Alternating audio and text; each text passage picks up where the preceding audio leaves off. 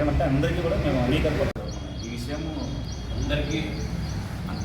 కుందుర్పి మండలం ఎనుమలదొడ్డి గ్రామంలో గత సంవత్సరం ప్రాథమిక ఆరోగ్య కేంద్రం శాంక్షన్ కావడం జరిగింది. శాంక్షన్ అయినందుకు ఆ గ్రామ ప్రజలతో పాటు వివిధ రాజకీయ పార్టీలు అందరూ కూడా చాలా సంతోషం వ్యక్తం చేశారు.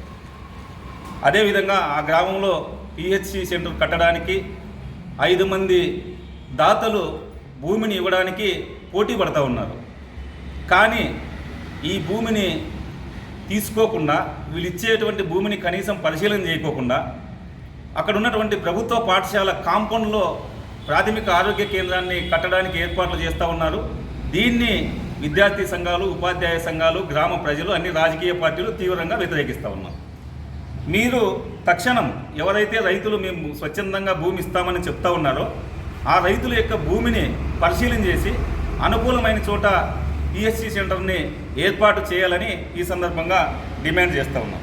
గత 40 సంవత్సరాల కిందటే ఆ యొక్క స్కూల్ ఏర్పడింది. 23 ఎకరాలు స్కూల్కి ఇచ్చారు. 11 సంవత్సరాల కిందట అక్కడ కాంపౌండ్ కట్టారు. అక్కడ ఇతరత్ర కార్యక్రమాలకి ఏవి కూడా చేయకూడదని హైకోర్టు డైరెక్షన్స్ కూడా స్పష్టంగా ఉన్నాయి.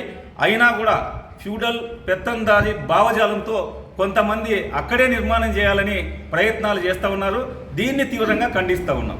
మీరు అదే ప్లేస్లో కనుక మీరు ప్రాథమిక ఆరోగ్య కేంద్రాన్ని నిర్మాణం చేయడానికి ప్రయత్నిస్తే ఇవాళ అన్ని రాజకీయ పార్టీలు, విద్యార్థి ఉపాధ్యాయ సంఘాలు, గ్రామ ప్రజలుగా తీవ్రంగా వ్యతిరేకిస్తామని ఈ సందర్భంగా తెలియజేస్తున్నా. ఇవాళ లోకల్ ఎమ్మెల్యే గారికి కూడా ఈ సందర్భంగా ఒక విషయం తెలియజేస్తున్నాం.